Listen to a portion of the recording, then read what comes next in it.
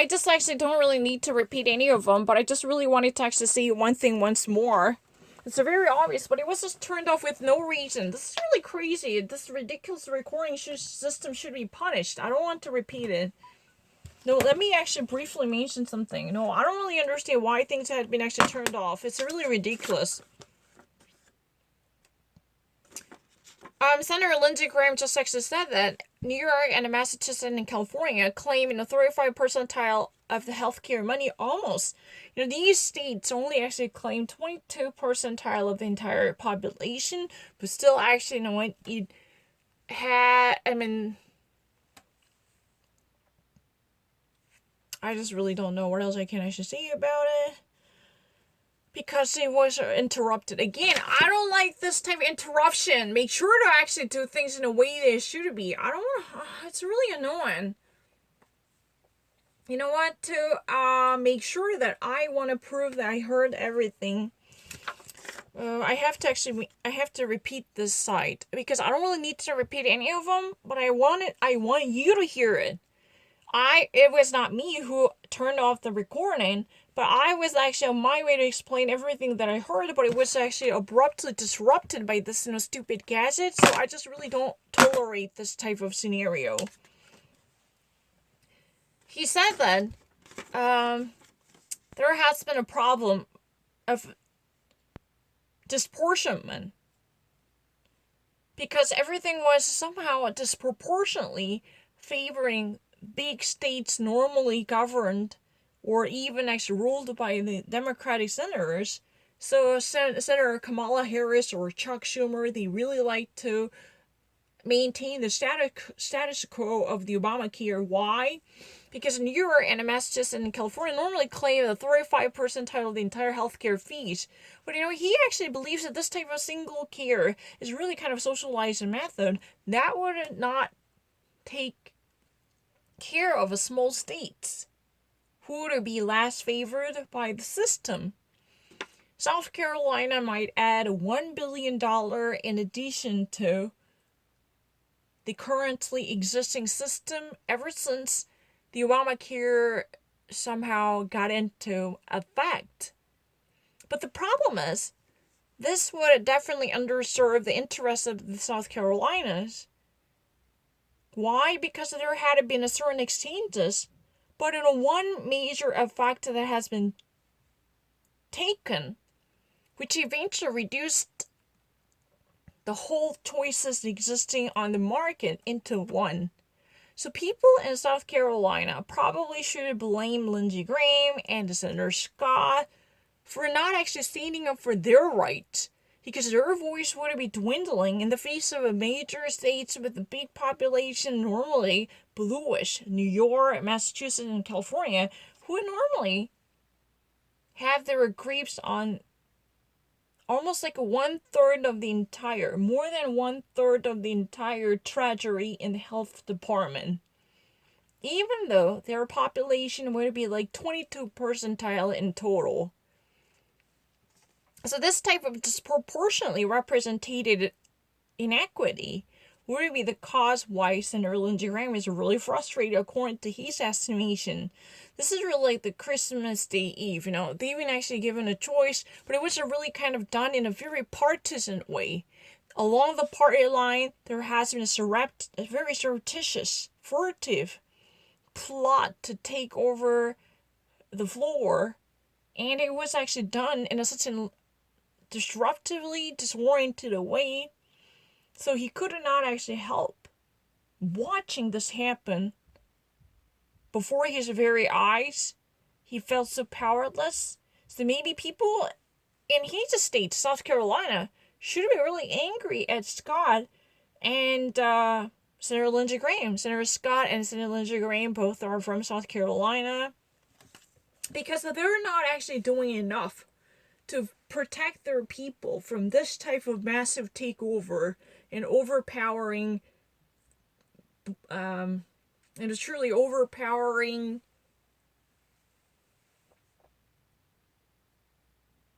thumping from big states. I don't really need to actually repeat this message. The only reason I'm actually really frustrated at this moment is abrupt cessation that truly took place. I was not the one who actually cut it off. You know what? This fucking asshole somehow turned it off, and I was really pissed off. That was really the reason I couldn't even actually breathe. I don't really understand it. I was on my way. It was really, he said it was just really like the Christmas. You know what? As he recalled, it was really like the Christmas Eve. Because, you know what? The atmosphere itself was really in that way. It was actually done in a sense that would have never delivered very justice to a minority. Those people who are actually living in the small states, they're not given the proper choices. Because the rest of the selective choices they somehow acquired before were gone out of thin air. They were actually, you know what, went up in the flames. Why?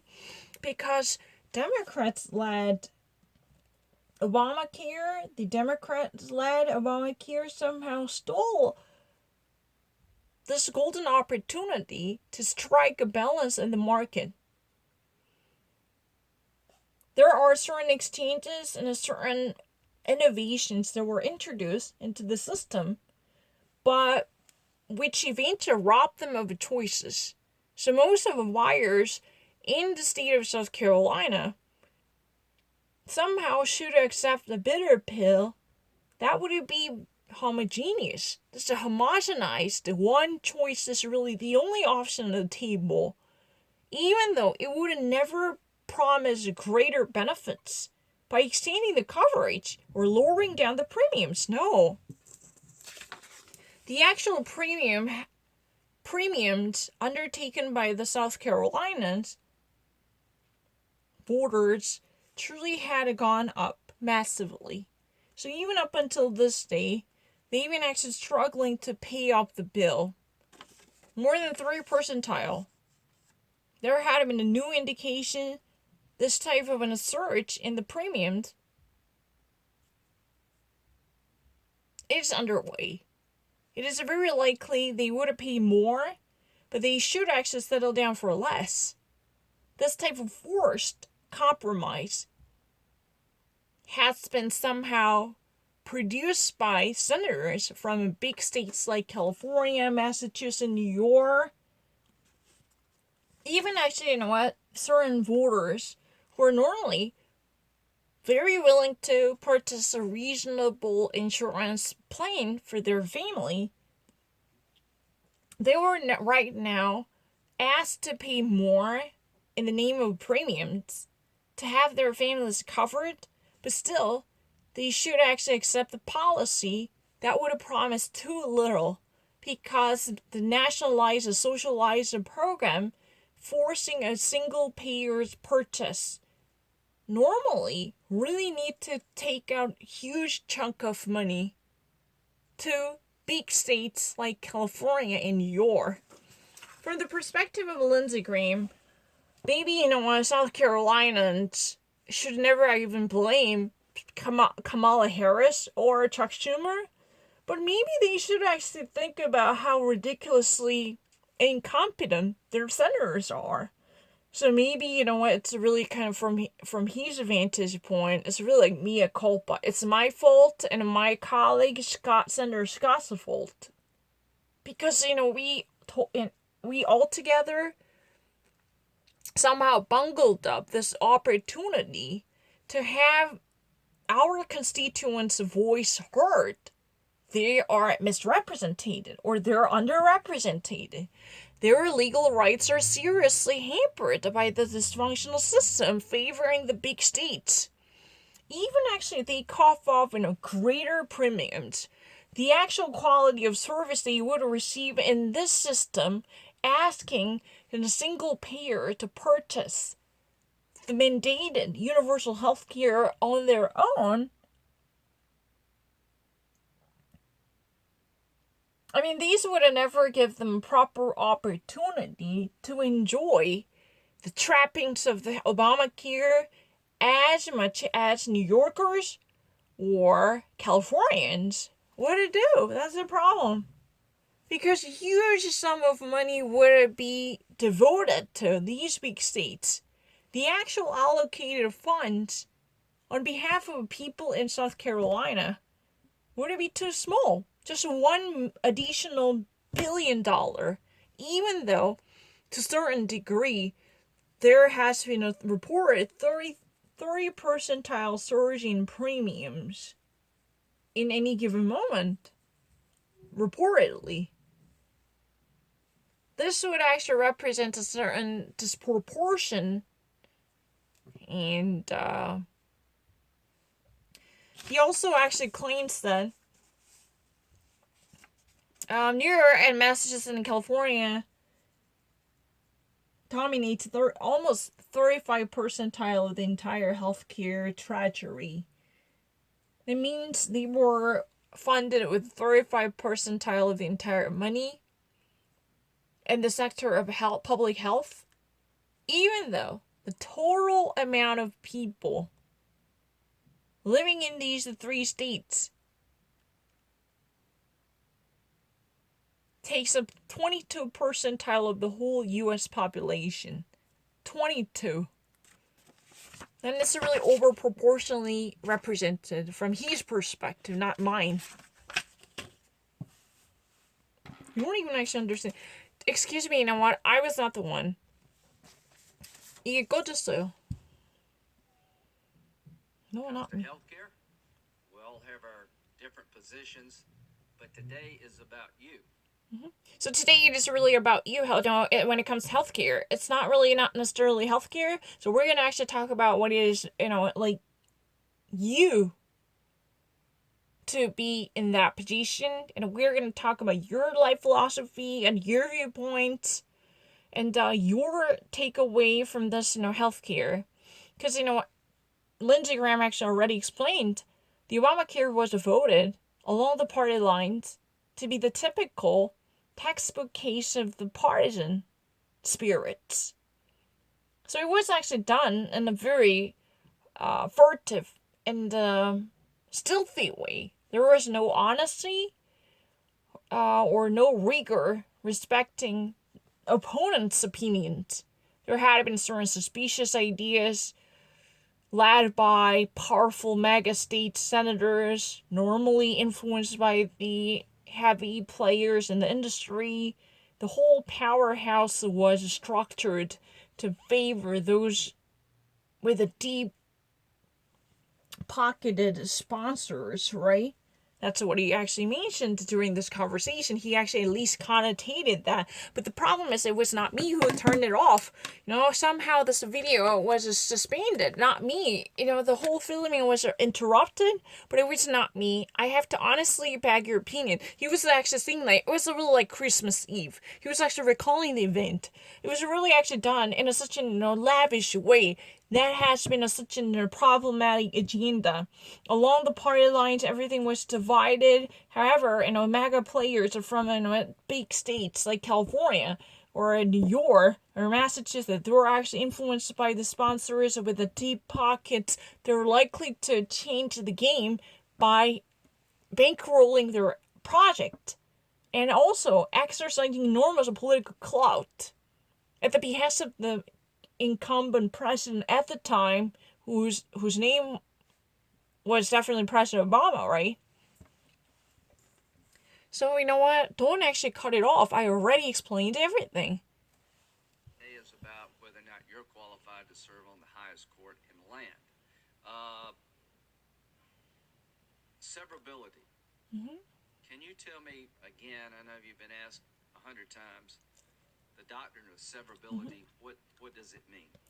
So you know what? Today we're gonna actually talk about your legitimacy and legality in judgeship. If you ever actually be confirmed and what type of a judge you might be, this type of talking points we're gonna focus on. We're gonna zoom in on and who you are and what type of legal philosophy you profess, like this kind of talk. So can you tell me, how you perceive this doctrine of severability? I know you've already been asked about this issue more than 100 times. That means you've been already actually quizzed on this issue more than 100 times. You've been pretty much, well experienced with this question.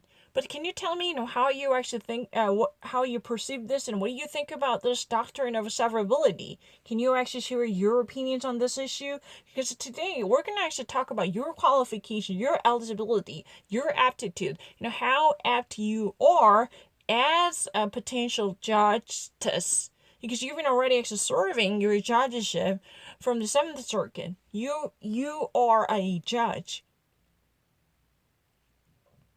at the appellate court in the Seventh Circuit. We all know that. But the problem is how suitable you are as a material to go on and be seated in the Supreme Court. Your ascension to the highest bench. That's really the question, how suitable and eligible you are. So we're going to actually talk about that issue, featuring the qualifications and traits and convictions of yours.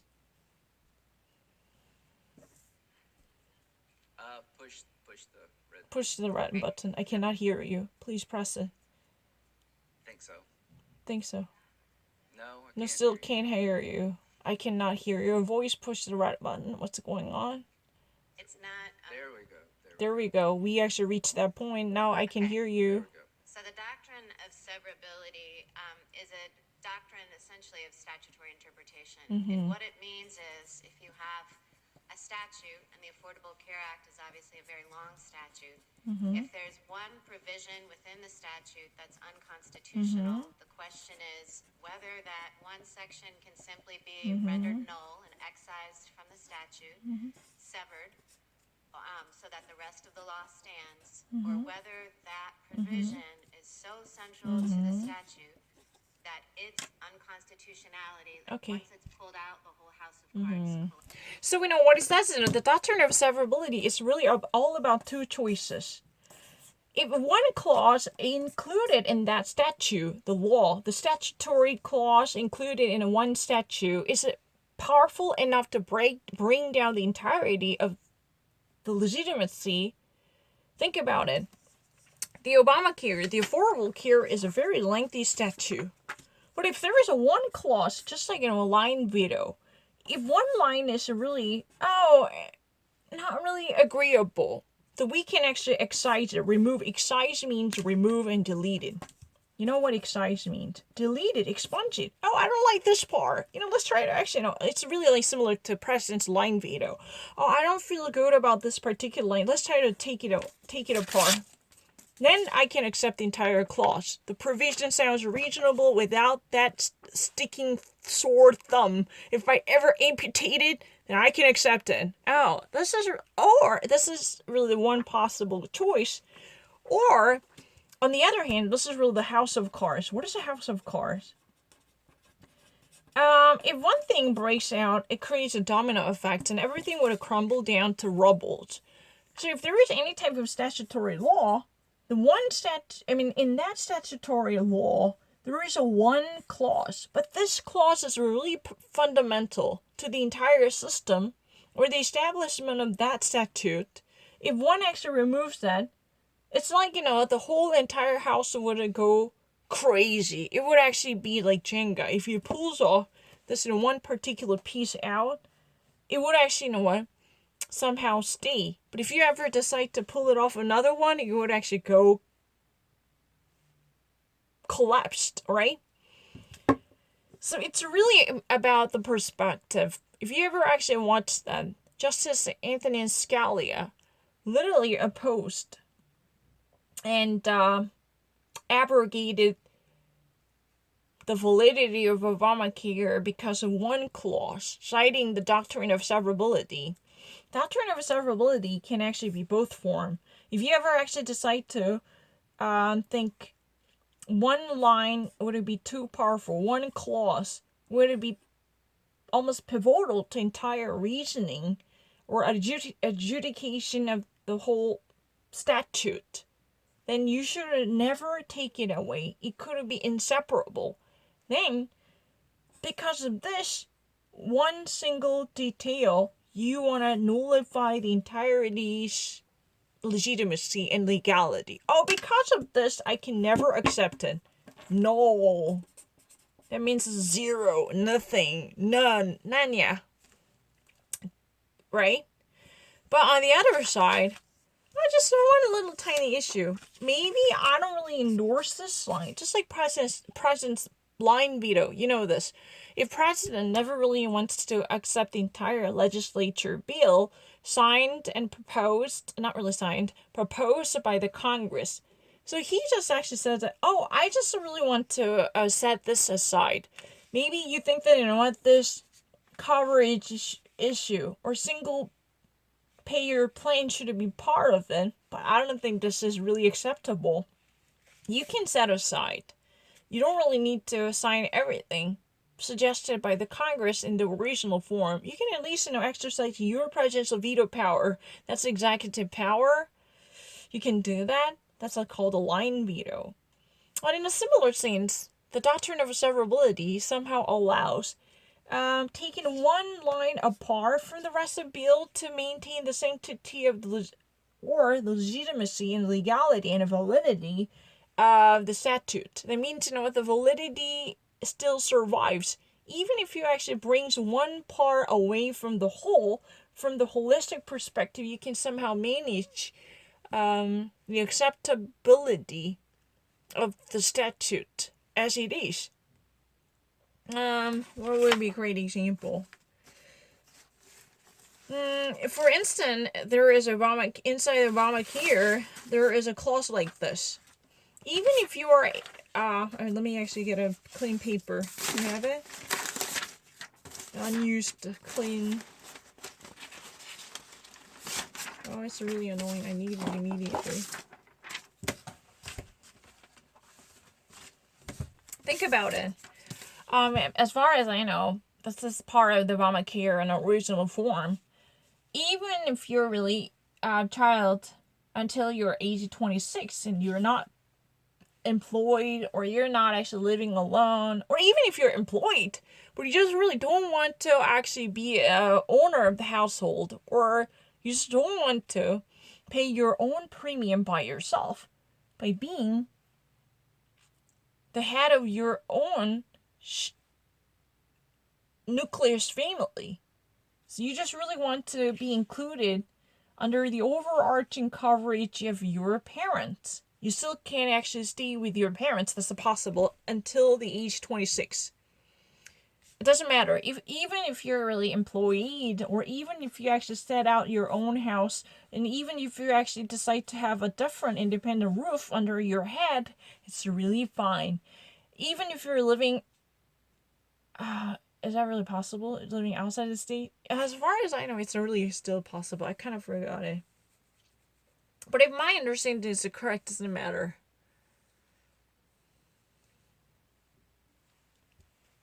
But one thing I can guarantee is if you are actually living in California, but your parents are also staying in California, they're Californian taxpayers, and you're actually, still looking for your job at your age of 26, you couldn't afford your own insurance account by yourself. You can never actually be a single payer because of your insolvency or a financial deficiency per se, because you're actually suffering from budget deficit. In that way, you can afford staying with your parents when it comes to healthcare coverage. This is possible. But this line is not favored by the current president per se. Oh, whoever actually somehow becomes adult and after age 18 should purchase one's own insurance by oneself, without actually, seeking any leeway by sneaking into one's own parents' house like being a kangaroo. Kangaroos what do we actually call this? You're actually trying to sneak into your parents' pouch. Marsupial joy. Tiny kangaroo who just actually find one's way back into the parents' house like this. The kangaroo boomerang tribe. That's what has been said. You can actually do this. As far as I know, this type of a tribe would be called a boomerang. Boomerang, a Gen Z tribe, who just really likes to stage a comeback in one's childhood house because they couldn't find a job, or even they were employed, their payment would be so flimsy, they just really wanted to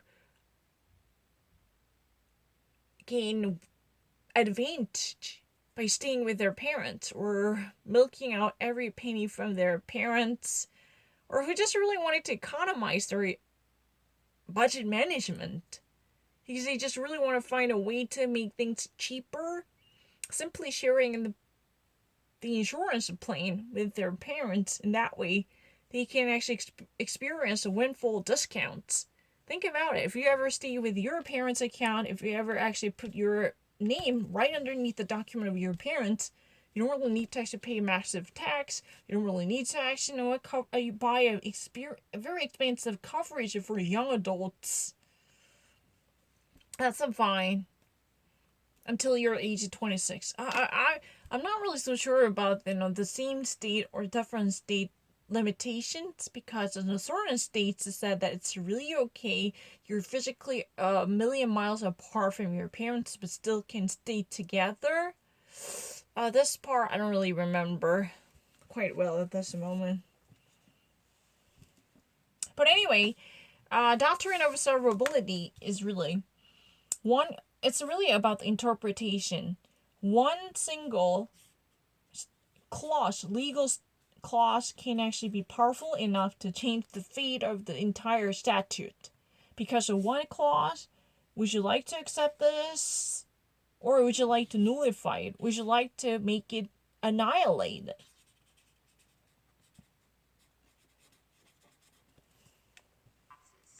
And the presumption is always in favor of severability.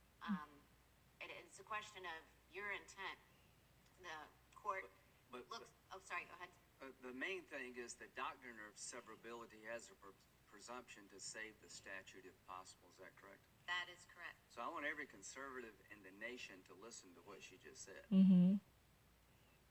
The doctrine of severability presumes, and its goal is to preserve the statute if that is possible. Mm-hmm.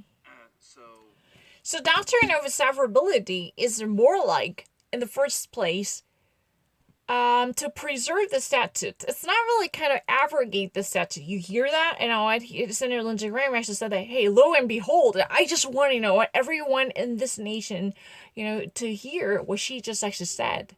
Lo and behold, let's try to actually get our attention. Excuse me, ladies and gentlemen, you gotta actually hear this out. What she just said is really all I want to actually talk about. In the first place, why we actually think about the severability, the doctrine of severability, whether in one line would it be so decisively important to nullify or bring down all, or one would it be just simply acceptable? So we just actually give a wink and nudge to say that, maybe, and if you actually take this aside, I can accept the entirety. It's really fine. I just want to give a nudge and wink, and that's a fine. This can be actually done.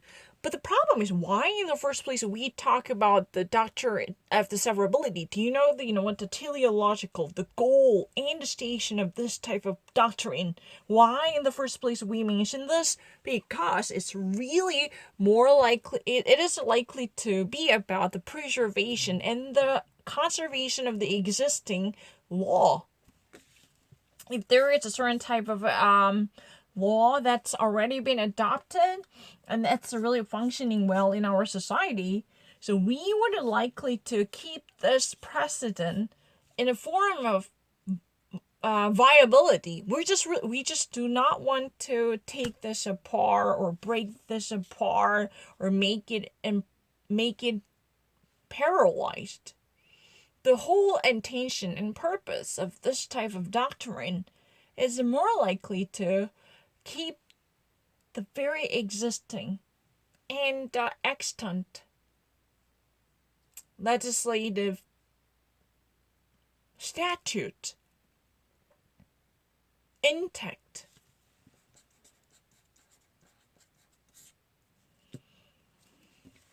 That means no matter what happens and however you see this issue, it is more likely about the preservation of the law. I don't want to actually hear this noise. Can you just fucking not actually make this noise. I don't really hear the screeching sound. Somebody's really dragging one's chair loudly. I don't want to hear this. Because my neighbor is really kind of a lousy, loud asshole who's been actually, dragging the chair and always, screeching on the floor or even pulling off the drawers, the chest drawers, I mean.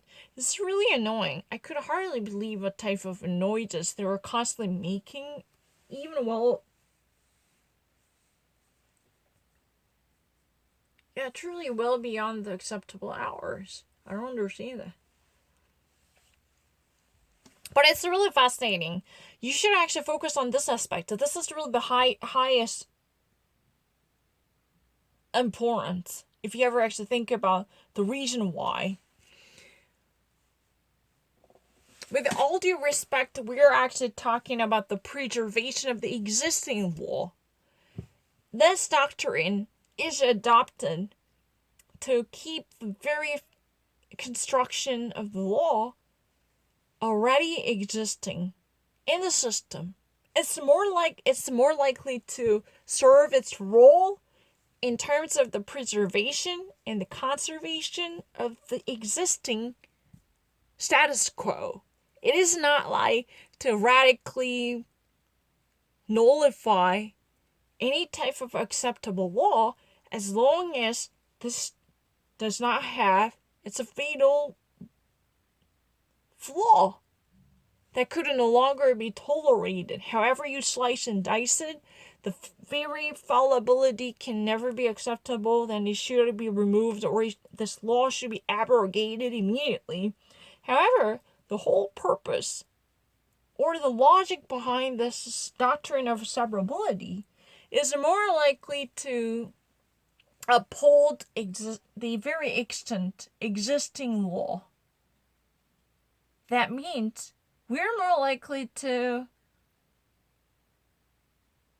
respect the law as it is instead of, why we ever actually think about the legal philosophy in a way that would disregard the tradition of the nation in the sense of legal interpretation. That's really what he says, basically. From a conservative point of view, generally speaking, we want legislative bodies to make laws, not judges. Is that correct? Mm-hmm. That is correct. And would it be further true that if you can preserve a statute, you try to the extent possible? That is true. Mm-hmm. Okay. That's So, the legislative bodies are more like, to author the laws by adopting the bills that were normally proposed. However, the judicial branches really construe the very existing laws instead of actually going beyond what could ever be done in the proper realm of interpretation.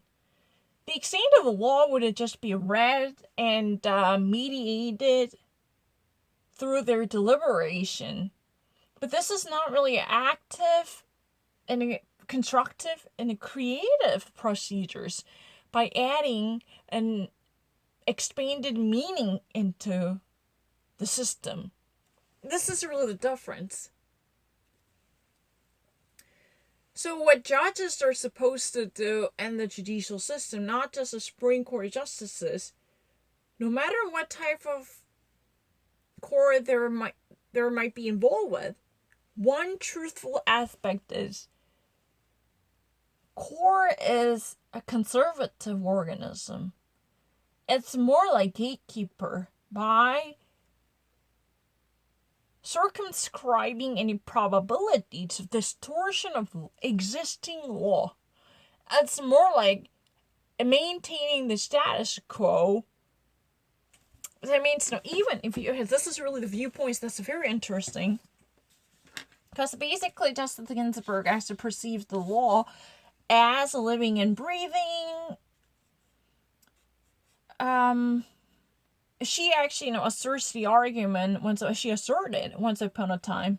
The Constitution is a living and breathing document that should actually reflect the social changes and the reforms in an innovative way.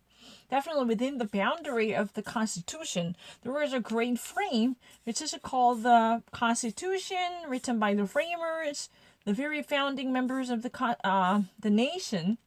So within that broader context, we should definitely obey the principles, the beacons and the pillars that were laid down by the founding fathers should be observed, absolutely. However, the social norms and changes that are actually equally pacing, these should also be reflected. I mean, this type of fascinating wheel of fortune tells the truth. I mean, this is really a reforms in progress and innovative steps in operation. These should also be equally taken into account. Otherwise, the straggler would never do justice to people who leave contemporary era. That's what it is. However, Lindsey Graham just says that the whole purpose of the very labyrinthine judicial philosophy and doctrine in the first place is to maintain the status quo and preserve the modus operandi, just actually within the closest vicinity of the framers' original intent and the due purpose and due intent. If you ever actually wanted to analyze this by adding your own constructive and creative interpretation, then you're maybe standing up for your true belief. You're actually doing the greatest thing you can ever actually think of by being true to your heart. But this is really a many pulses away from the founder's intention. Have you thought about that? The doctrine of severability exists. And its own main purpose, or the whole logic behind its own existence, is simply to be a goalkeeper, no striker or even attacker, but you're more likely to keep the gate safe and secure. That means the whole constitutional document should never be read in an impure way. The purity should be the closest to its own final product freshly handed out by the constitutional members when it was adopted 1787. That year the Constitution was finally adopted. That original intent and purpose should be prioritized. That's really on top of the list. Nothing can actually supersede that. That should be what it matters. Whoever wants to become a judge, the very active addition and subtraction can be done by the legislative to the Constitution. But judges' role is very conservative. It's more like their eyes are firmly fixated on the original content of the Constitution. They should analyze the social norms in compliance with the Constitution, with no derangement of its own content, to deliver a final verdict, or exercise their legal prudence, or do justice. But never to leave that frame called the Constitution. That is what it is about. All folks. Abortion. Mm-hmm. You read some statements by, I think it's what's the name of the pro-life group, county? St. Joseph County of Rights to Life. Rights to Life. Okay. And you were asked by Senator Blumenthal, who I respect, whether or not their policy positions were illegal. Do you remember that? I remember him asking me whether I accepted other policy positions on in vitro fertilization and whether it was a rejection of Roe. Yeah. Mm-hmm. Well, I remember a exchange where they took a statement from that group or some other group arguing for the criminalization. Mm-hmm. Remember that? Mm-hmm. The criminalization of IVF, is that right? Yeah, I think so. Okay. Mm-hmm.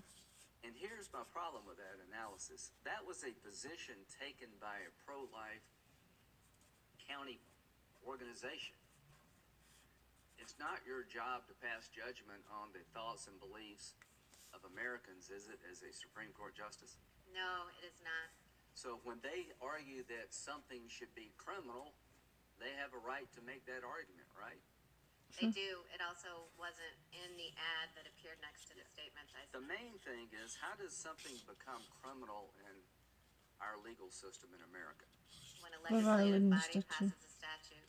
So here's what I want you to know. Mm-hmm. Statements by political organizations are not law. Mm-hmm.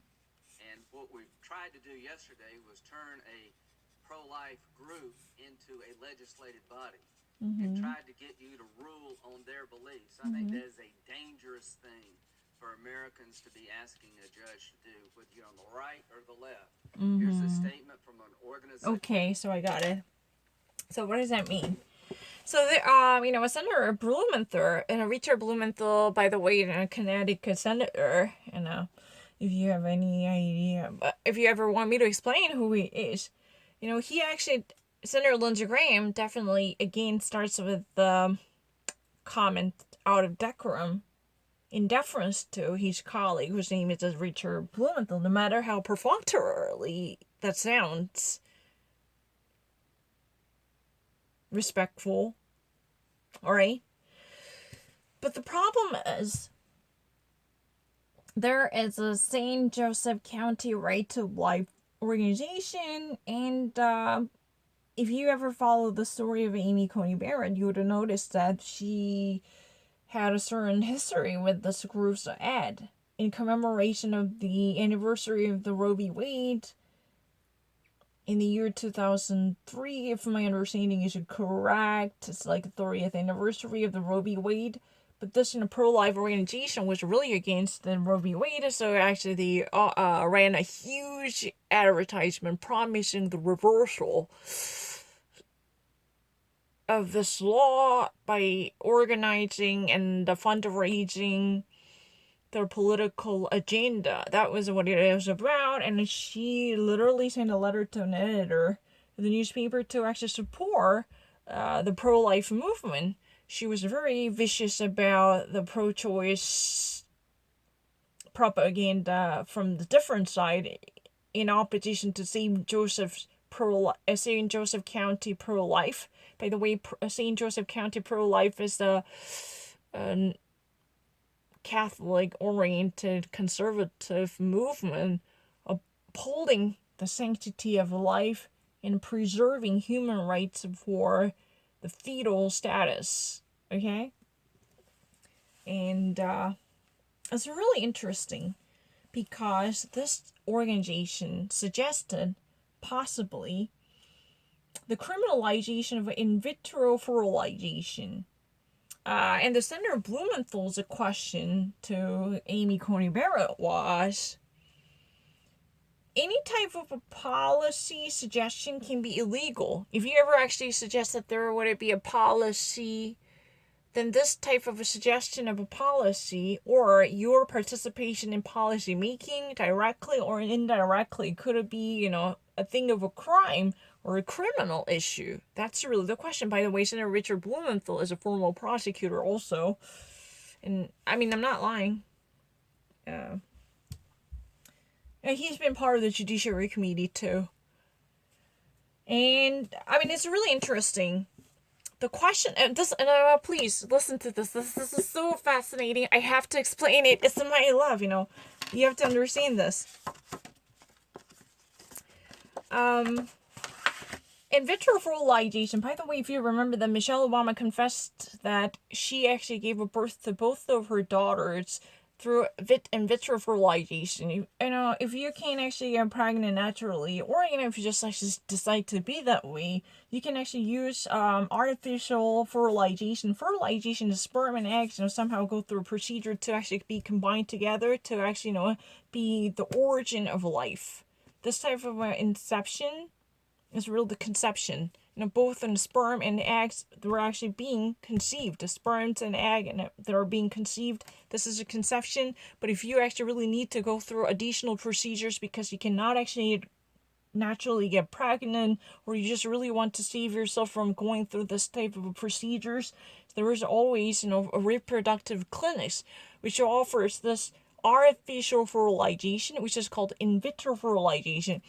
But this is really different from the artificial insemination. Artificial insemination is literally using manpower to spread and disperse the sperms. If there's an egg, for instance, from ovarian organs, from ovarian organs, which is called ovary, right? Yeah, some people actually have ovarian cancer or ovary issues, right? But the thing is, if there is an egg, the sperms would be sprayed. This is called artificial insemination.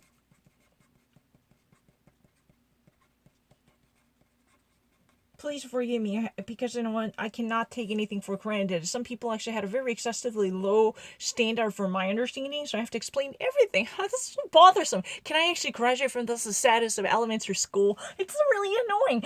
You don't really need to tell me the birds and bees story, or you don't really need to actually sell this stork bringing a little child from the breach or whatever place. I don't really need to hear that. I know, and it's really not birds and bees story, but let me explain it, because it's a part of the pro-life choice in the conversation. Let me be adult once in my life,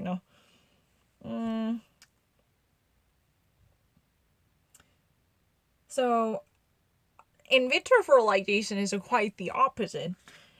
Because, if you're a woman, you have definitely a womb, right? You have, I don't really want to be a discriminatory saying that you're a woman, you don't really have a womb, so you can never be a woman. No, I actually have a huge respect for transgender and,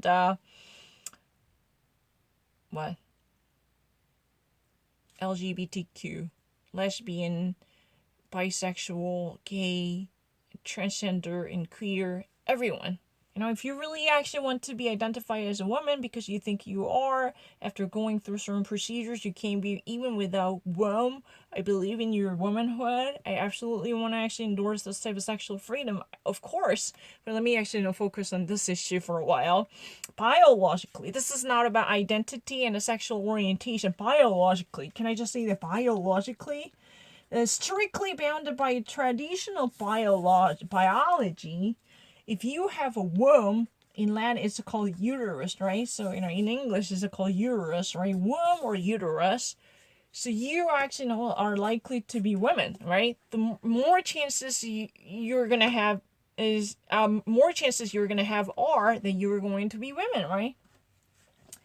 So if you are a woman, so you're going to have a womb. But the thing is, your egg can never actually accept sperms by being conceived, by being, fertilized. They can never actually hatch. They can never actually get hatched. Not really even hatched. What do we actually call it? The combination can never actually settle down. This is really the problem of, whether the combination of an egg and the sperms can be somehow secured by taking place inside the womb, waiting for its turn to be hatched, right? This is really the conception. So there will be an artificial medical intervention allowing, egg is really well prepared to be part of the sperms. Not really part of the sperms. How do we actually say that? It's a really artificial medical procedure injecting sperms to actually secure the mixture of, and eventually the conception between egg and sperms, right? there should be the unification that allows the actual human life can be conceived. So if this type of proper fertilization cannot be done, there will be medical intervention. That's in vitro fertilization. Vitro means you just actually use your own natural womb to go through the procedure. In vitro.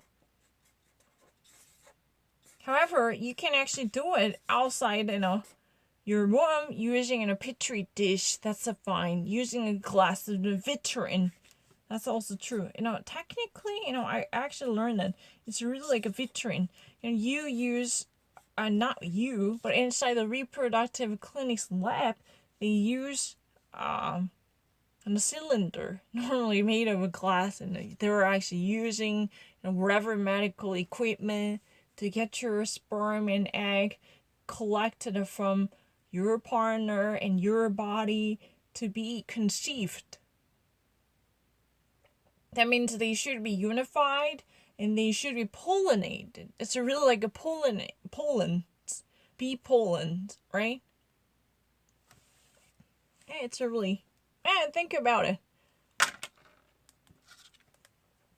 So basically, doctors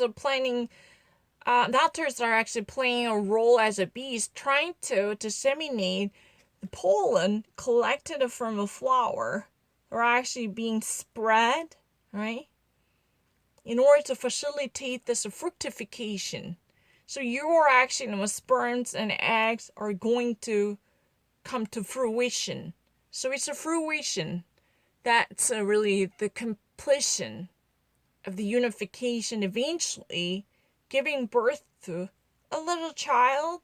But it's an very incipient procedure we normally call a conception. The conception of a sperm and egg, right? Is that correct? But that's really a different issue. Let me actually go to where I should be. However, the problem is, I'm not looking into anything. The problem is, if there is any type of policy suggestion from a political organization, definitely a St. Joseph County right to life is not really a public authority. It's just a mere propagandic political institution. It's really not even a think tank. It's really like political group from the right side, sharing viewpoints with the Catholicism or evangelicals, or really like seeing the advantage from the human rights, because that's the normative policy they want to spread, and they believe the nation's policy making procedures should reflect the glory and the honor of life promised as promised by God. That's what it is, right? But the question that is at issue at this moment is the policy making is really a criminal. Policy making can possibly be subject to criminalization. If you, not even policy making as authority, the laws are actually being made by which authority? Legislative authority. In the United States, two chambers, the Congress made of the Senate and the House of Representatives. This organization is the only recognized and legitimate law-making authority, right? Law-making. But how, Senator Lindsey Graham asked Coney Barrett, how do we actually violate the law? How can we ever be a criminal? In the first place, the one way you can ever be a criminal is, violate the law. How can we violate the law? By actually breaching the clause adopted by the legislative branch. If the Congress says so, there will be law existing. The statute is made, right? A statute is accepted. The Congress can authorize the statute. But if you ever violate the statute adopted by the United States Congress, then you're actually being a criminal. Is it true? But the problem is what? Can we ever say that any politician or any not really even politician from the major organizations, but you're actually from the grassroots grassroots political organization or advocacy group per se. Advocacy group sounds really nice. If you really work for a political interest, a special interest, or a lobbying group, or advocacy group, championing or espousing certain political agenda. So you actually really want to say that IVF, in vitro fertilization, should be criminal. Why? Because this type of artificial fertilization is really against the holy law. That's not actually paying a huge respect to life.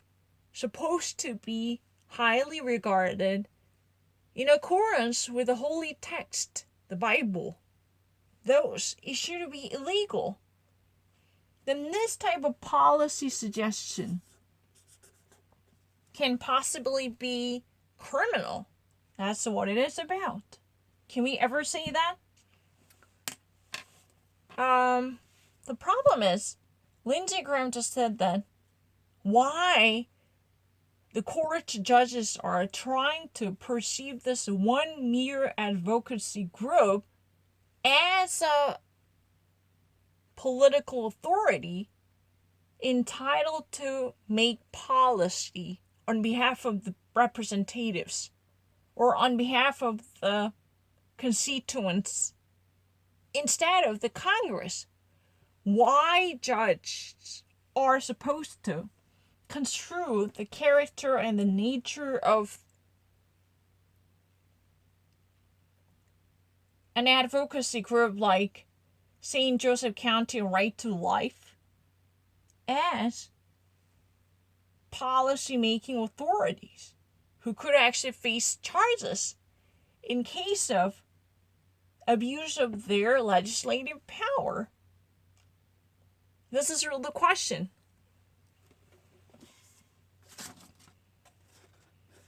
You understand what I mean? Because the judges were supposed to read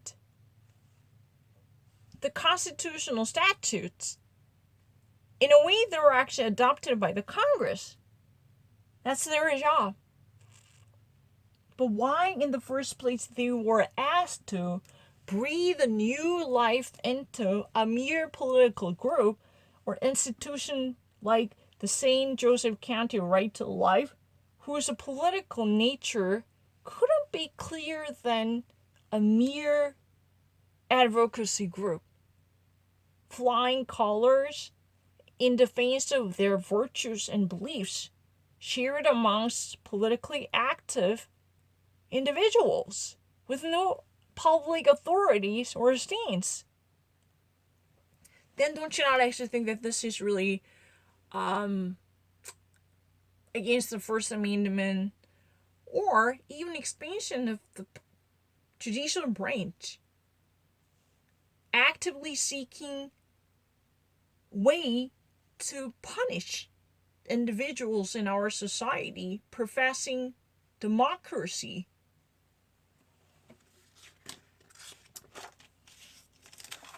Senator Richard Blumenthal, the question is, any type of policy suggestion, not even policy making, any type of policy suggestion with a political argument in pursuit of the legal reform by lobbying for a certain agenda can be criminal because of the very specified nature of this activity. Think about it. The St. Joseph County Right to Life suggested that IVF, the in vitro fertilization, should be illegal because they believe that the human arrogance shall not intervene with the divine rights by encroaching upon the almighty sanctity of life. If the mere humans, just because it's given by the medical miracle, or scientific hubris try to craft human beings, then don't you not actually think this would be a disdain and contempt for human rights? Those we believe that, IBP should be criminal. And this type of active policy intervention from mere lobbying organizations or belief community or advocacy groups or special interests or political machines. Can we honestly say that these are so improper, so they should be considered as lawbreakers who are subject to incrimination or criminalization? Do you honestly think that this group should be brought to justice for violating the legal clause just because of their politically oriented policy lobbying? Senator Lindsey Graham said this type of trend is very dangerous. Why? Because judges are not supposed to read something out of the context unnecessarily in a broader sense. It means that their job should be focusing on analyzing the clauses in accordance with the existing Constitution. However, their job is not something demanding them to read into the Constitution with active creativity. It's not about judges should be creative to expand the meaning or expound on the contextual hints left by framers. Their mind should be analytical and accurate, but not creative.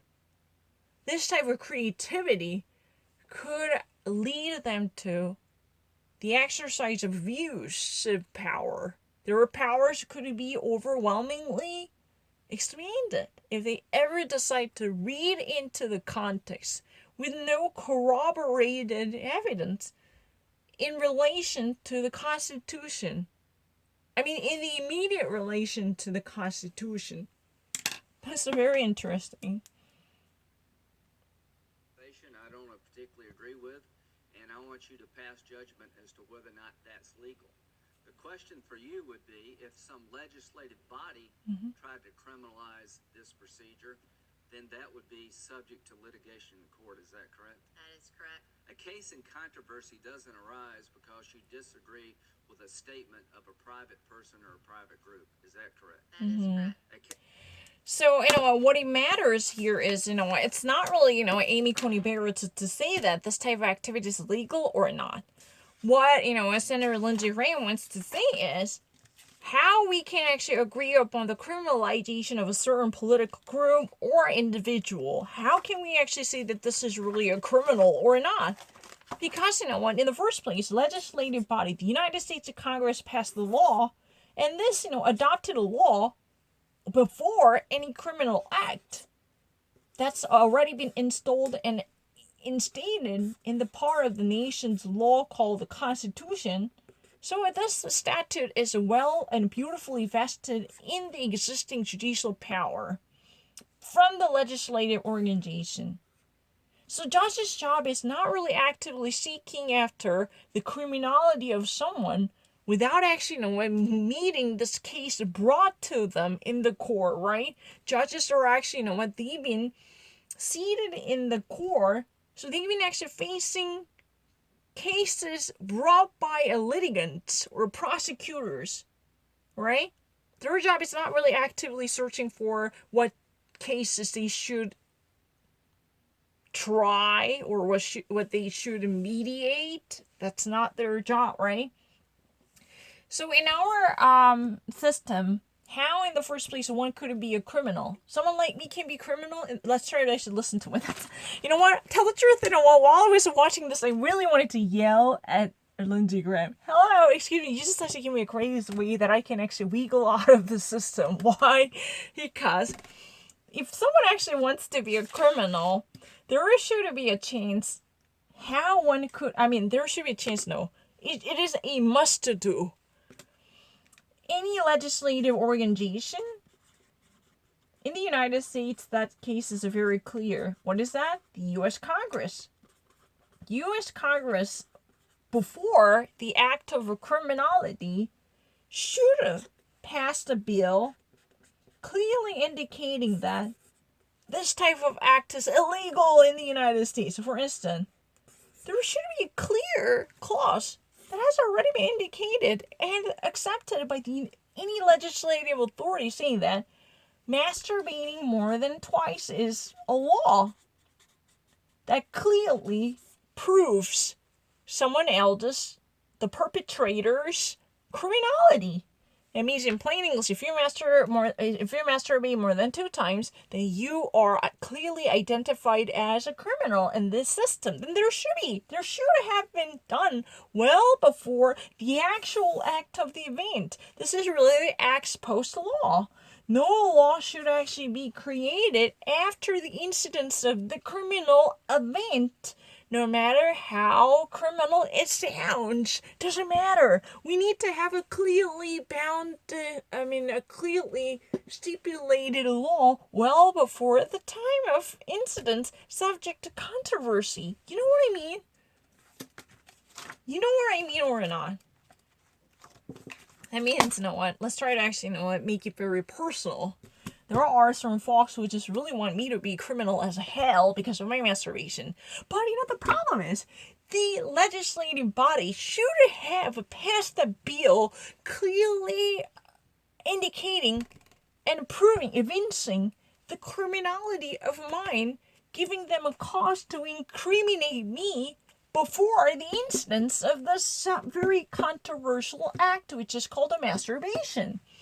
That means, the only way one can ever be, hello, hallelujah, Lindsey Graham, the only way in this universe, in this democracy, tell the truth, in this democracy, the only way you can ever be a criminal, what way? You have no other way. The legislative branch should have passed a bill saying doing X is clearly evincing criminality of someone. Thus, the judicial branch can go ahead to try this person when a prosecutor indicts this suspect who is under suspicion of having committed this criminal act. Okay? You understand what I mean? In the first place, the Congress passes a bill saying this act is an act of crime. So, if any act of crime is done in this democratic nation, then a prosecutor, in the case of criminal litigant,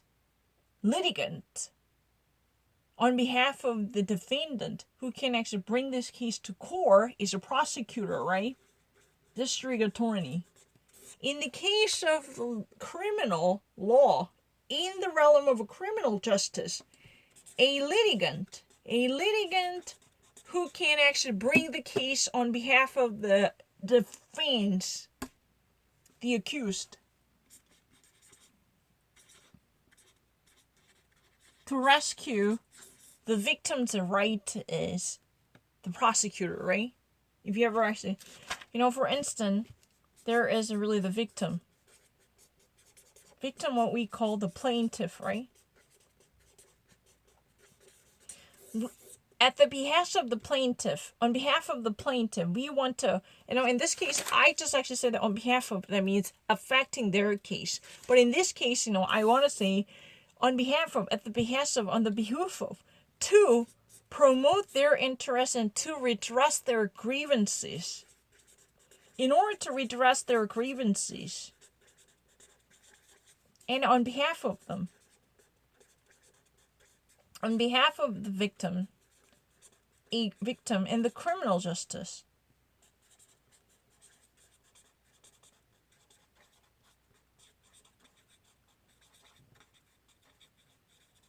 There is a one litigant. Who's that?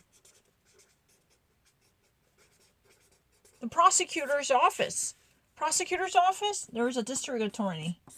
District attorney and their associate prosecutor.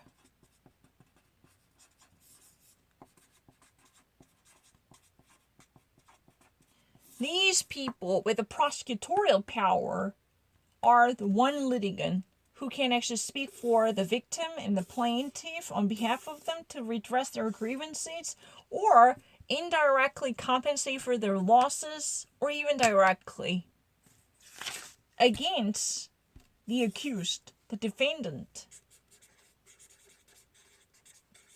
But at the very beginning when I said that on behalf of them, that means, this is concerning them, their case. It's about their case. The defendant should actually go out and sell their story in an effort to disapprove or belie the efforts by a prosecutor accusing them of having done something criminal, right? That's really the case against them. I should have actually said against them, but I really actually said that on behalf of them. It means it's about their case. In this case, it's not about their interest. However, sometimes ironically or some in a satirical sense, we said that, their interests are at stake because they're really the one who should go out and actively nullify and countervail the stories and the selling points of the prosecutor to defend themselves. It's really kind of case against them. It's really, a process taken against them, but it's really on behalf of them. They should defend themselves, right? But let me be very clear about it in case you don't really understand what I'm saying. I'm so sorry about my initial sarcasm, I really have to say sometimes I'm actually being really too sarcastic. It's really kind of, fucking their own asses. That's really the reason I said on behalf of them, the whole procedure takes place, just to actually hold them accountable. That's what I said. But technically, in case you think that I'm actually being confused, that's not true. But I just really want to, sometimes I should have been very mindful of those audiences who are not actually, thinking that I'm brilliant enough or I'm actually reasonable enough to have a common sense. I have to be very cautious about them. Okay, I'm so sorry. In case you think that I'm confused, let me actually make it very clear. Prosecutor in the criminal case, it's the only litigant. Normally, it could actually be called the district attorney, depending upon their position inside the prosecutorial office, who actually possesses somehow prosecutorial power to press a charge against the defendant, who is really exactly as accused, because they were actually being accused of having done something really wrong. But the only way this act, what could possibly be accepted as an act of a criminality, is really through which organization? Where Lindsey Graham belongs to, the United States Congress. House of the Representatives and the Senate, they both should actually, pass the bill to evince the criminality ahead of time. Ahead of time means ahead of this incidence or the execution of any act subject to controversy. You understand what I mean? Because bill of attainder is exactly the same thing. Bill of attainder in this day is really kind of irrelevant, possibly, because attainder literally means, you could actually kill someone, you could actually execute someone, you can actually, decapitate someone without going through reasonable procedures. With no due process and no due diligence, you can actually be killed, you can actually be hanged. This is a bill of attainder. And no ex posto.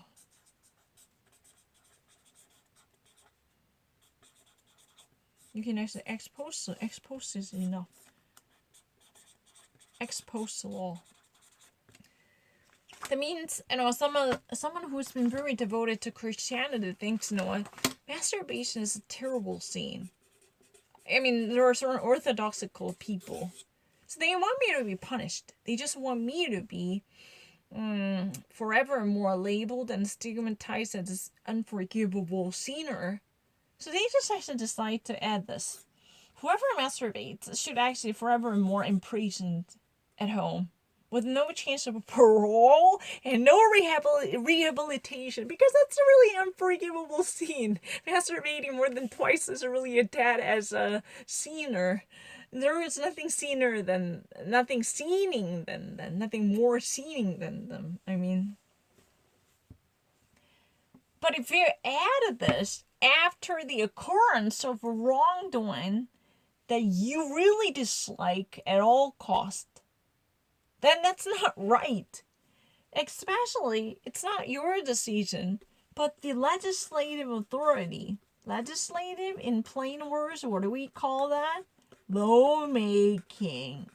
Lawmaking authority, in the first place, passed the bill as a precedent. Let's not actually flip the order. Let's not actually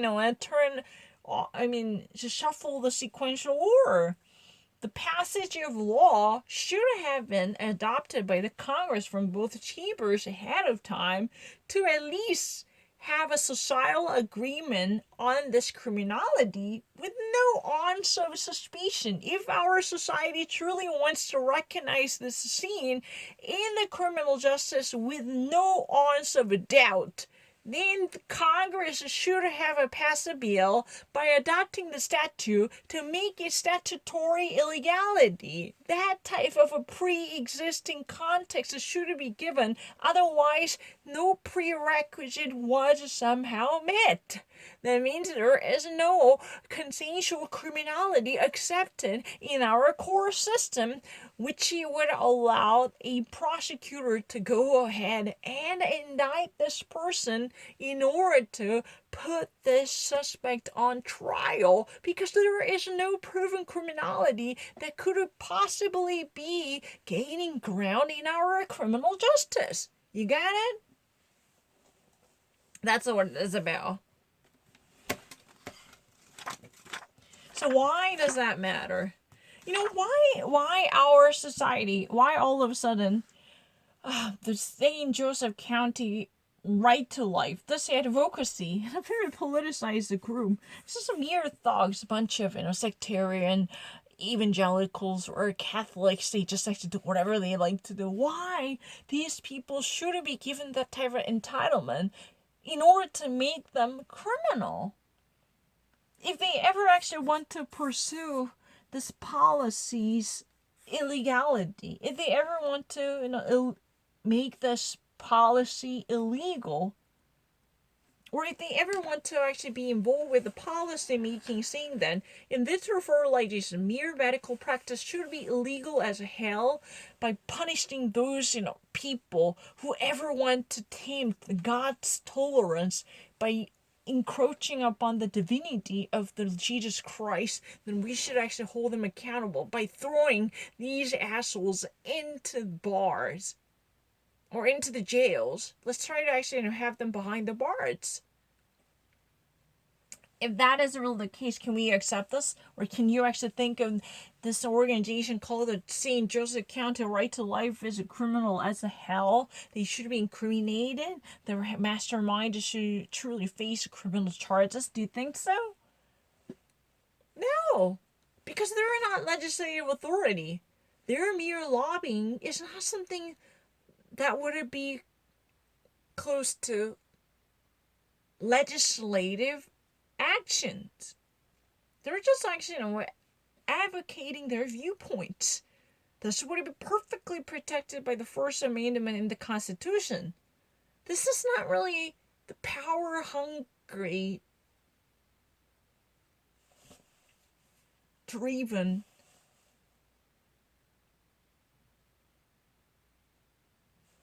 either power-hungry or power-driven, I mean. It's really interesting.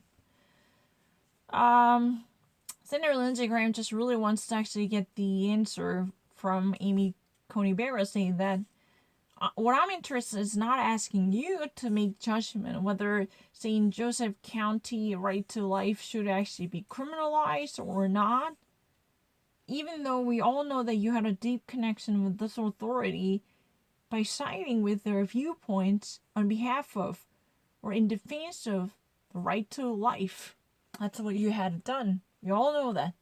But what we want to know at this moment is, how do you actually see someone could possibly be a criminal in this country?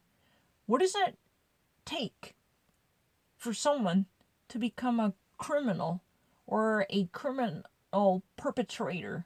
How can we actually define that?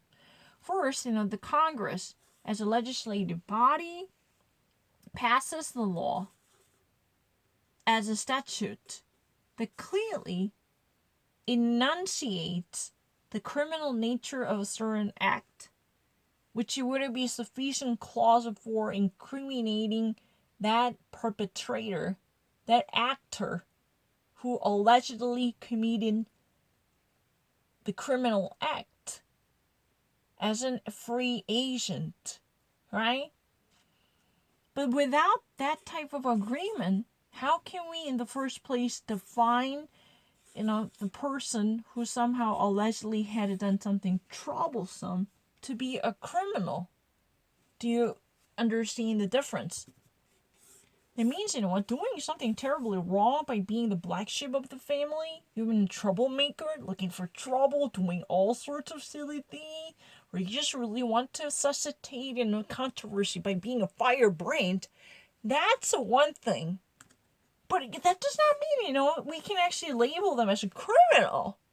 Because the only way we can ever the only way we can ever be a criminal, or the only way we can ever breach the law, is literally violating the law that's already been accepted and recognized by this legislative authority.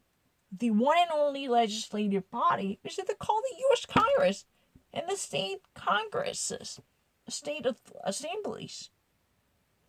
The legislative branch, either state assemblies or the United States Congress, should have passed the bill that clearly, unequivocally enunciated the criminality or the criminal nature of that act.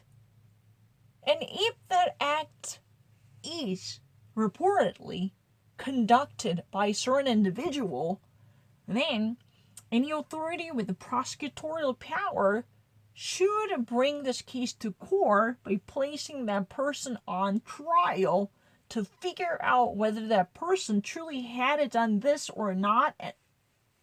This type of a fact-checking in the legal drama should be done to label that person as a criminal. This type of deliberation should be the prerequisite.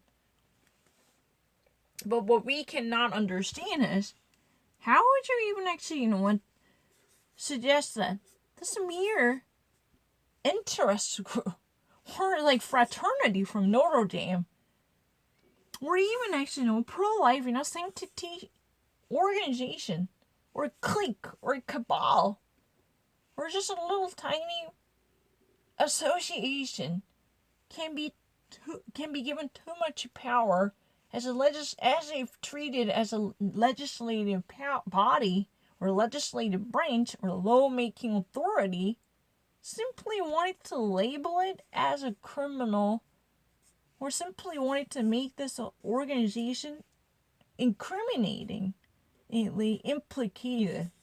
How would you implicate the criminality of someone? Implicate the criminality?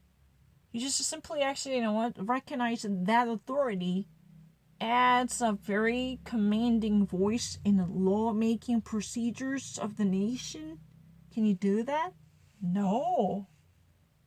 This can never be done. Even, such a silly fraternity like St. Joseph, right to St. Joseph?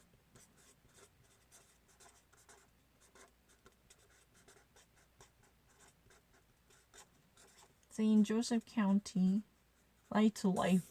This silly, tiny, chum.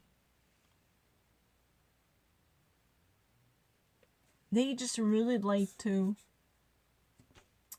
pivot on the legality and the ban on in vitro fertilization because of their religious beliefs, saying that the arrogant human beings are now infringing on the divine authorities by making human babies. And we should actually nullify their intervention with this God's sanctity, this type of impregnable, divine, and sanctimonious division should only be monitored by the Almighty. Let's try to actually, pursue the legality of this in vitro fertilization by seeking a legal ban on all the procedures. If this type of fraternity or a tiny small interest group or wherever heebie-jeebie mumbo-jumbo wants to pursue that, that does not mean, this should actually be criminal. Even their deep involvement with the policy making in an effort to discriminate other people in our nation, no matter how problematic or controversial or mind-boggling that might be. No authority should actually read too much into this importance. This authority or this tiny group's significance or clout in our system with a draconian purpose to punish it. If this is really kind of a draconian construal of the law, then we have to think hard about what the true motivation of the legal authority is in pursuit of the expansion of its own stance in our society. This is a mere interest group which has zero law-making authority. And why in the first place do we want to imbue it with this great authority, which is only reserved for the United States Congress or state assemblies? Why would they ever want to do so? Why even actually drop this type of idea? Why would they ever actually implicated this type of criminality? Because they want to prevent this radical pursuit. If so, it's very troublesome. Why? That's really the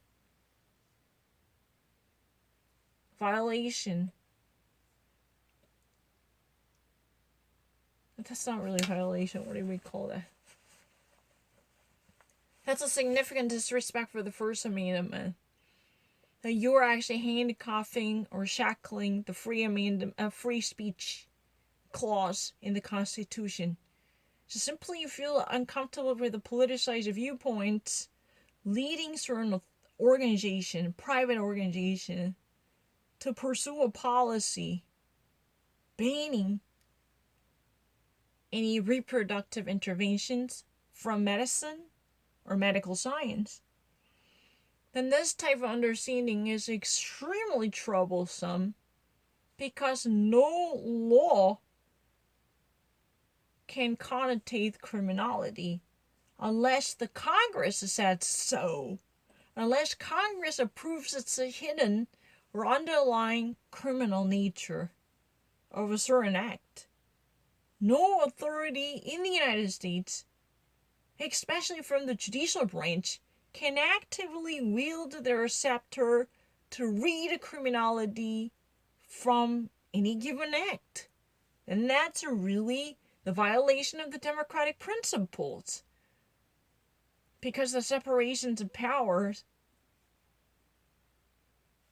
that had never been fully realized.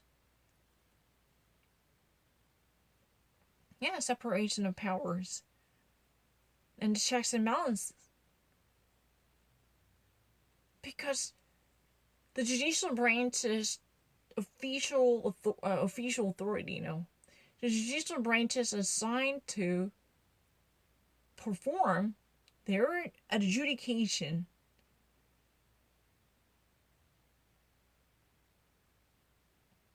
within the boundary of the Constitution, with added statutes approved by the Congress. The Congress should actually be part of the legislature writing the statutes. That wouldn't be part of the broader Constitution. And these type of fundamentals consisting of the law of the land should be analyzed and then studied by the judges in court in their attempt to deliver a verdict to any criminal. So this type of expansion is very troublesome.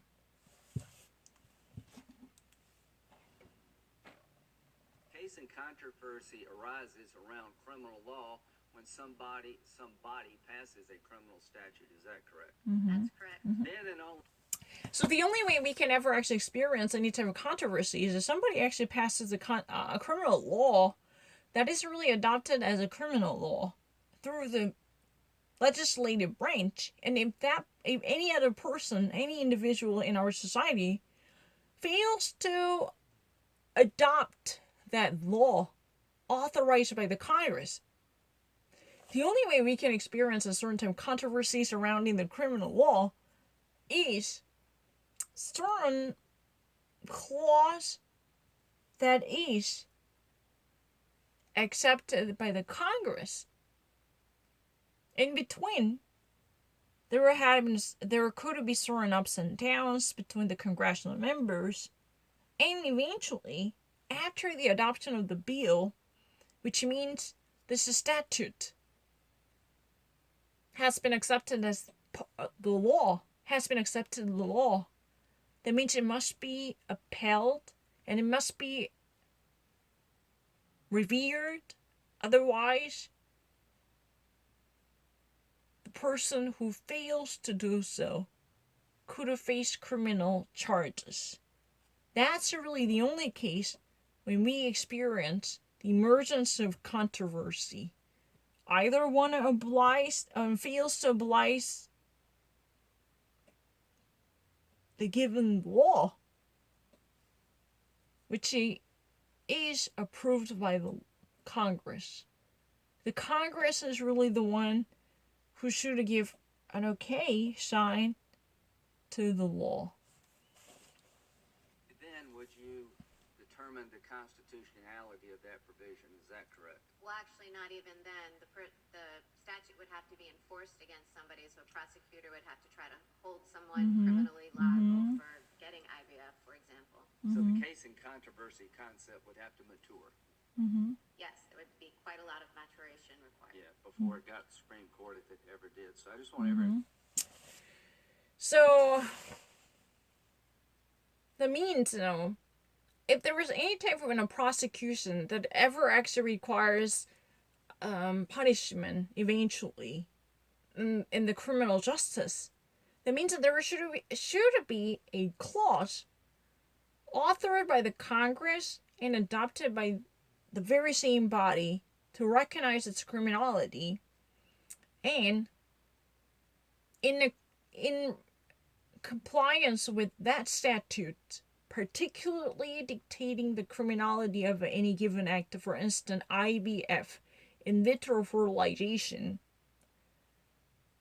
For instance, that if that is really illegal, then there would be a prosecutorial authority, per se, district attorney, who actually, who presses charges against a person allegedly on the receiving end of the IVF. For instance, there is a person who allegedly received, in vitro fertilization. If this is really illegal, that person should be brought to court by a prosecutorial authority who can only press charges against certain individual strictly bound by the statutes in the criminal law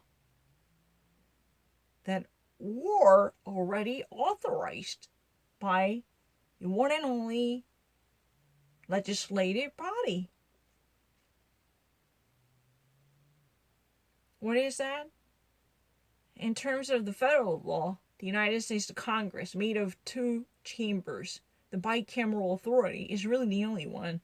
Throughout the state law, and throughout this nation, when it comes to the state criminal justice, the local state assemblies, those are really the bodies, right? The state assemblies and the state congresses, these legislative bodies were the only possible enabler who should have done that ahead of time.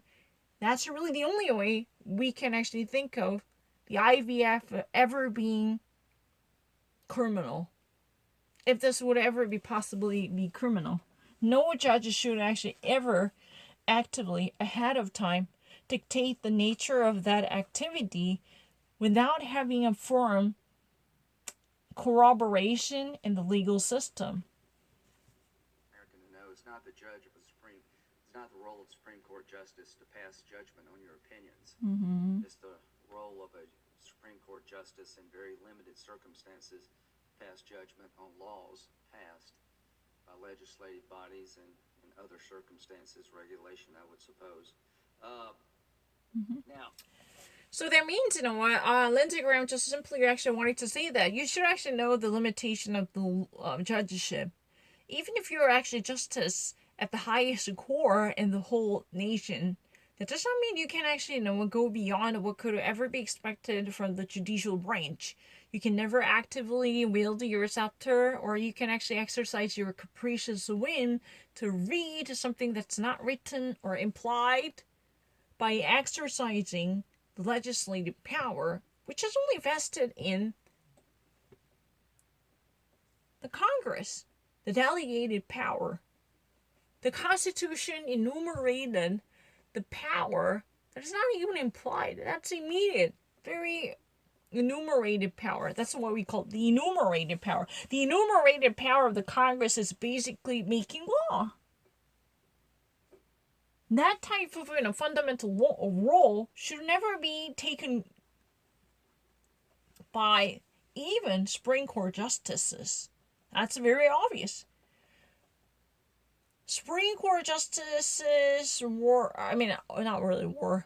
Supreme Court justices are given rare opportunity, unlike most of judges across the nation, whether state law judges or federal court or state court judges, doesn't matter.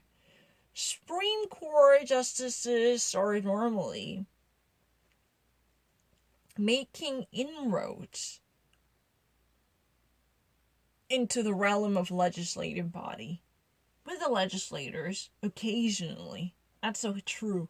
Senator Graham just admitted that there could be very rare occasions, or even actually in recent days the frequencies are being greater than ever before, because there are certain clash between the administrative body and legislative body. For that reason, there should be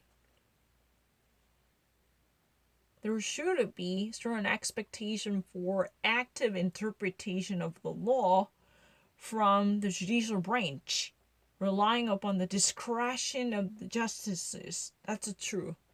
Except there's a very rarefied and unusual circumstances.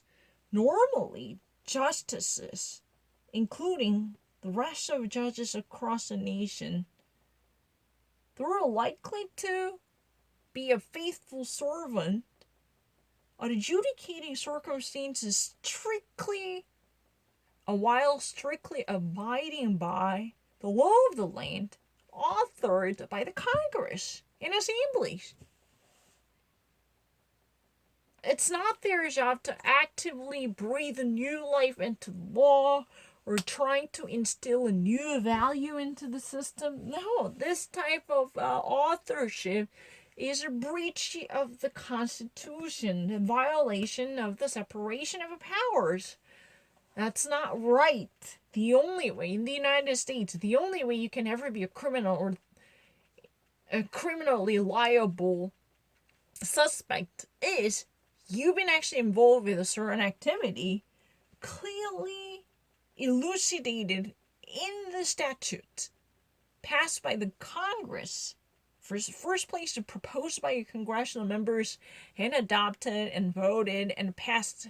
That's really the reason. Adopted at the end, adopted by the Congress as a criminal statute. If you ever actually breach or violate or go against or even somehow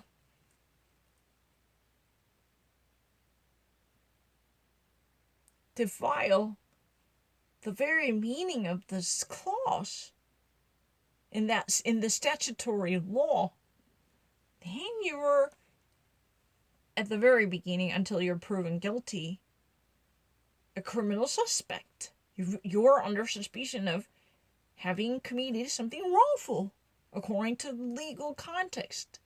In the legal context, or according to law, according to the statutory law per se. That's what it is about. Voting. Is it appropriate for legislative bodies to protect the integrity of the ballot box? So the next issue is about voting. Do you honestly believe that it's really okay for the Congress to pass the law in order to protect the sanctity of the ballot box? That means if there is any type of troublesome issue in terms of election neutrality and the election impartiality, do you honestly think that it is prudent for the Congress to pass the law that could prevent this type of fallout? If there is any threat to our democracy by stuffing the ballot box or hijacking ballots from polling stations or manipulating or rigging the elections, if there would be any type of reasonable and relatable suspicions out there, do you believe that Congress can take actions ahead of time or take measures ahead of time? That'd be fine. If the Congress take action preemptively by passing the law in defense of democracy to prevent any third party from rigging the elections by revamping the election law, do you think that this would be legitimate or reasonable? That's really the question. So any specific measures that legislative bodies took to protect the integrity of the ballot box could be subject to litigation, subject to challenge. And that's right. And as they are developed, the courts will hear cases if cases and controversies arise, right? Mm-hmm. Yes. So, Amy Coney Barrett actually says that any type of legislation concerning the election laws by the Congress before and after the election, at least one thing for sure, could actually sow the seeds of litigation, because it's legally disputable. The sitting members of the Congress truly passed the law in order to protect their own privileges and person prerogatives, like gerrymandering. They just simply wanted to avoid apportionment or reapportionment in order to actually perpetuate their griefs on power. You know what? This interest group called the Congress abused their power to actually forever and more perpetuate their political power. Think about it. They pretended to protect the election laws. However, under the underlying purpose or the arterial motive of the reform of the election laws would possibly be defending their championship or defending their title as a sitting incumbent congressional members. What if that wouldn't be the case?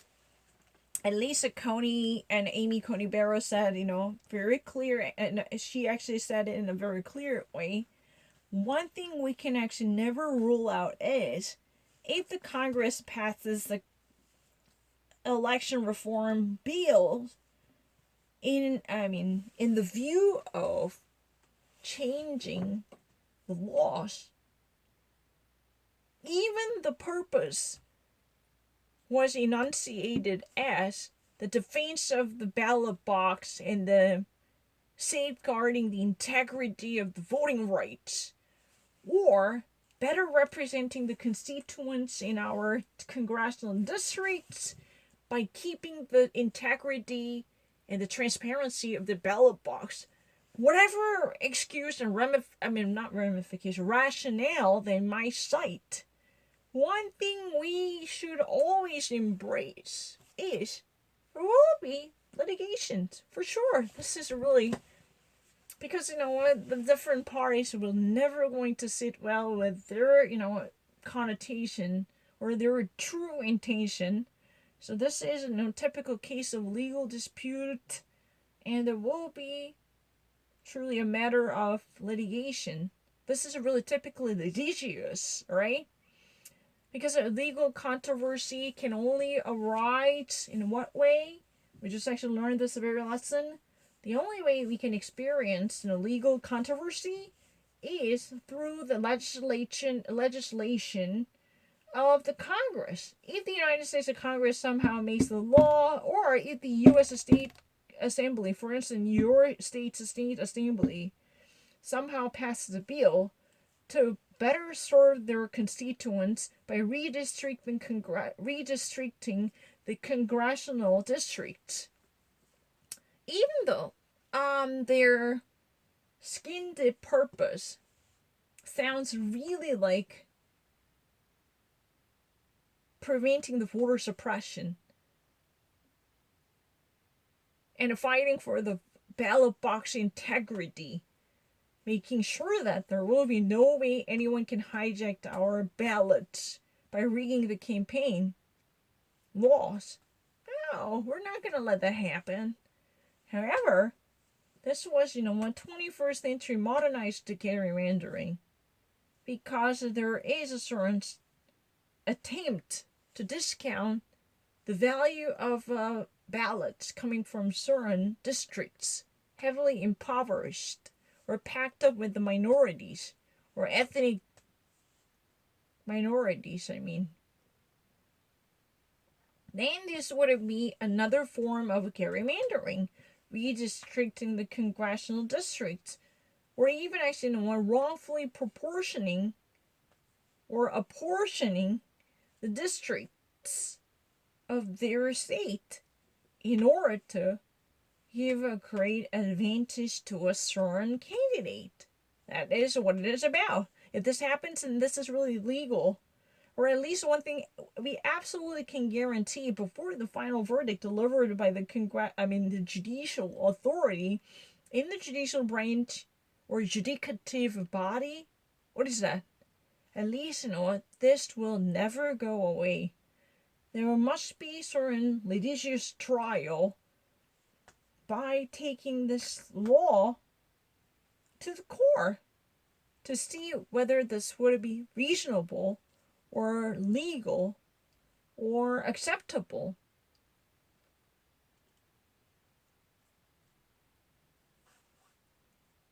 Within the purview of the Constitution. That's the problem. The only way we can ever actually expect to have a legal controversy or litigious dispute or predicament is through legislature. If there is any legislation is no lawmaking. If there is any making of a law, then through the prism of that adopted statute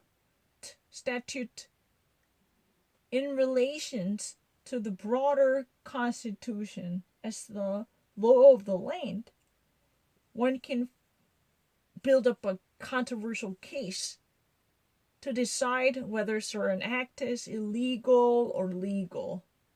That means whether a certain act is criminal or non-criminal. That argument would only arise from the congressional authority who has a legislative power to write and propose and adopt a bill. That's what he wants to say. The core has no role in this legislation. However, the Supreme Court has a very exclusive role by getting in the way of the legislative body from time to time, if demanded, in terms of actively reading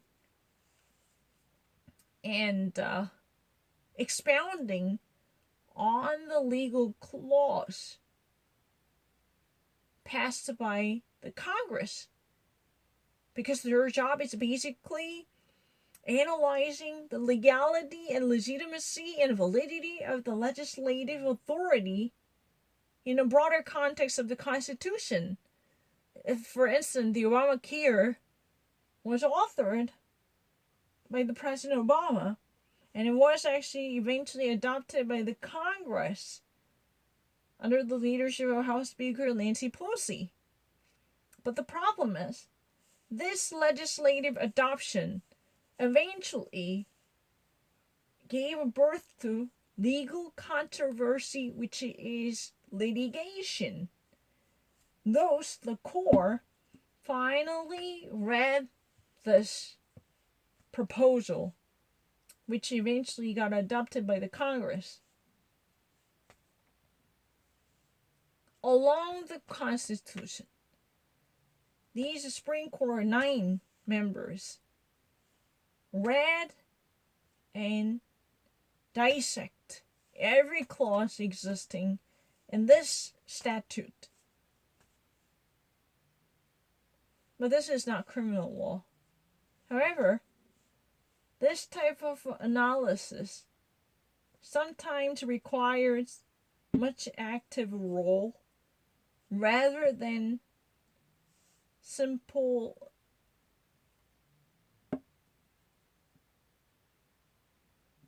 mediation. It's not enough. Sometimes you really need to think many steps ahead without actually making yourself confined by the realm of the existing law, because they're not there. There are no precedent. This is really unusual, one-of-a-kind law. One of the reasons we don't have an agreement with the House is that in their $2.2 trillion package, they're mandating ballot harvesting as a national policy. I think it's ripe for fraud. We've seen evidence of ballots being placed in people's cars and dropped in ditches.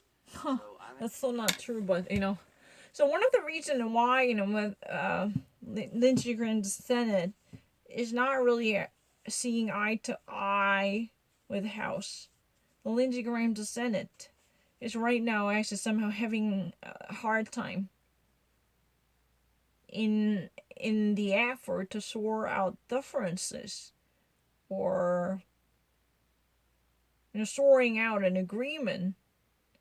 There is a real problem right now in terms of a 2.2 trillion subsidies and stimulus,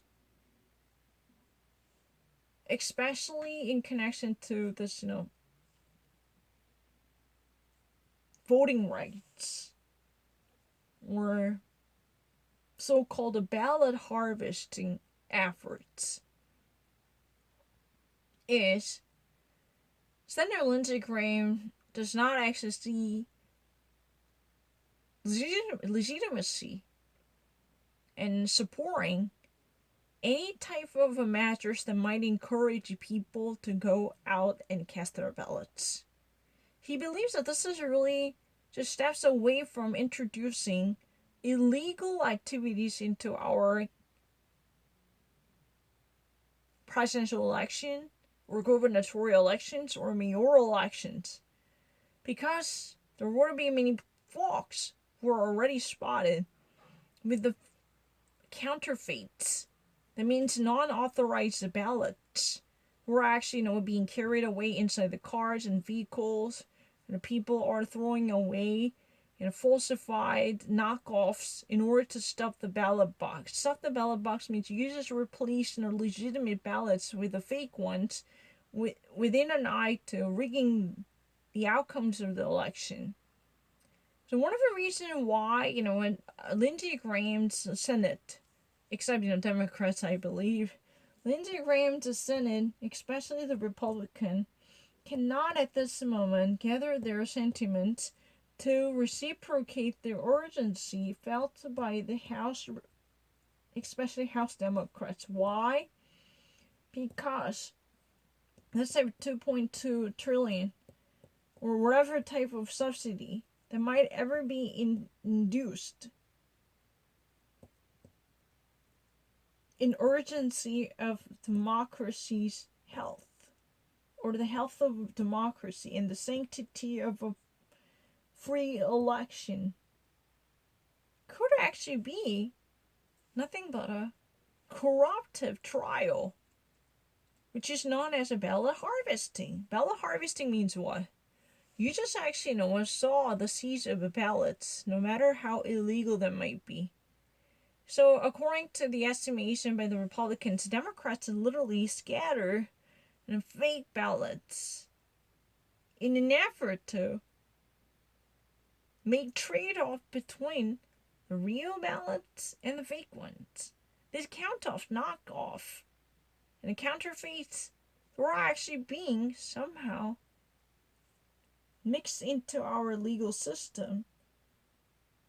So the real ballots can never be fully counted. This type of compromise is very common. That's really the reason why it is being called ballot harvesting, because people are reaping the free ballots. They're actually freely handed out to anyone who ever likes to support a certain candidate with no accuracy or transparency or commitment or integrity to our Federal Election Commission's guideline. So literally people were given a bunch of, leaves. There were actually be nothing but hawks. So what Lindsey Graham already stated. Lindsey Graham stated that there are folks who are carrying fake ballots. His idea has never been substantiated with evidence. However, he just actually claims that there are folks out there simply wanting to have a chance to make this trade-off. If they ever actually spot a loophole in the existing local federal commission, so they just want to sneak into the headquarters, or they just really like to make an approach to certain authority overviewing or monitoring the polling stations, so they can facilitate this type of trade-off or setup or rigging. So their mission is to basically find the venues to introduce fake ballots as a form of infiltration. They just want to infiltrate into the society of a federal election so they can literally game the system. That's what they really like to do, game the system, rig the election. So it's very dangerous. But the problem is, as we've already actually mentioned, that in our society, the only way you can ever face a controversy as a legal dispute, or even actually you could ever be under suspicion of a criminality, is really having a trouble with the statute already accepted and authorized by the Congress as a legislative body. That's really the only way you can possibly be identified as a criminal or even criminal suspect before proven guilty. There is a presumption of innocence in the United States. If you're even actually indicted for certain acts, you're actually accused of raping your child, you need to go through a proper procedure to prove your innocence or guilt. Without this type of jury deliberation which secures the final status of your fate, there's no chance you could ever be treated as a criminal whose action had already been unequivocally and unapologetically explained to be guilty, criminally guilty. That's what has been just said. So no matter how troublesome that might be, but right now Lindsey Graham actually says that his Senate, he's especially technically his party, the GOP, the Grand Old Party, led by Lindsey Graham or Mitch McConnell. Lindsey Graham is in the Judicial Committee's chairman, and Mitch McConnell is a majority leader. They could not actually simply sit well with any type of suggestion made by Democrats, especially from the House, under the leadership of Nancy Pelosi, to secure the absolute tally up of ballots. That means there should be no voter repression. This is really about the equity. Republicans so far had demonstrated enormous tricks, devised to drop and discount minority ballots, calling them felons who have no legal rights or entitlement to ballots. So these forcibly disenfranchised voters are likely to be from poor and colored communities unwittingly, against their will, because of this gerrymandering policy or similar voter suppression rules adopted by the local assemblies in a very stealthy way. These type of rules were done over the night, where no one can actually break into the system in the view of suspending the unfair treatment. That's what it is about.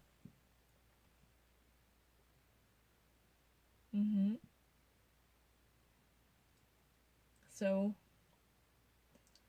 but the problem is, some gigantic subsidy could actually be part of the stimulus bill that could necessitate not just the economy, but voting rights.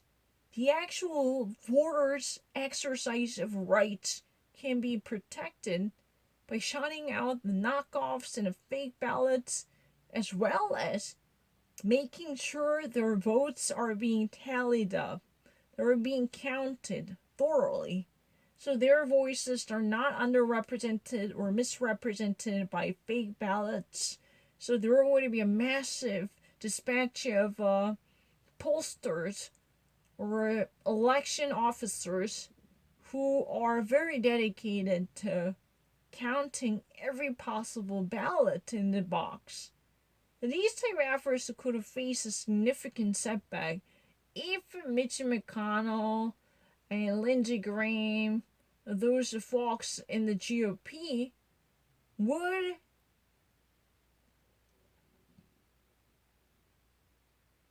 tackle or hamper the process of full exercise of voting powers by everyone. Because Lindsey Graham just actually coined the term as a voting harvest, ballot harvest. From his perspective, recognizing everyone's ballot is nothing but stuffing the box. Stuffing the box is literally similar to ballot harvest.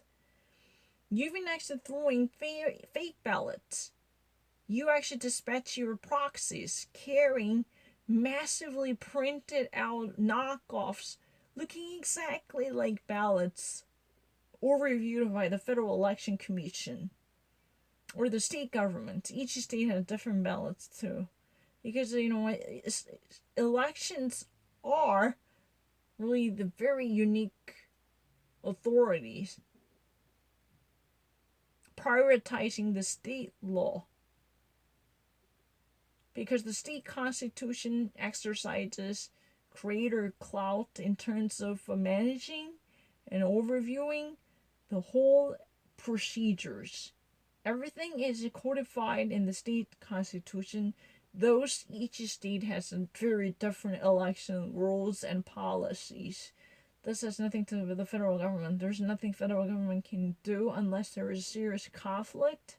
However, in this area, state law claims unanimously dominant authority. This is really true. The state constitution dictates that. And I have to go.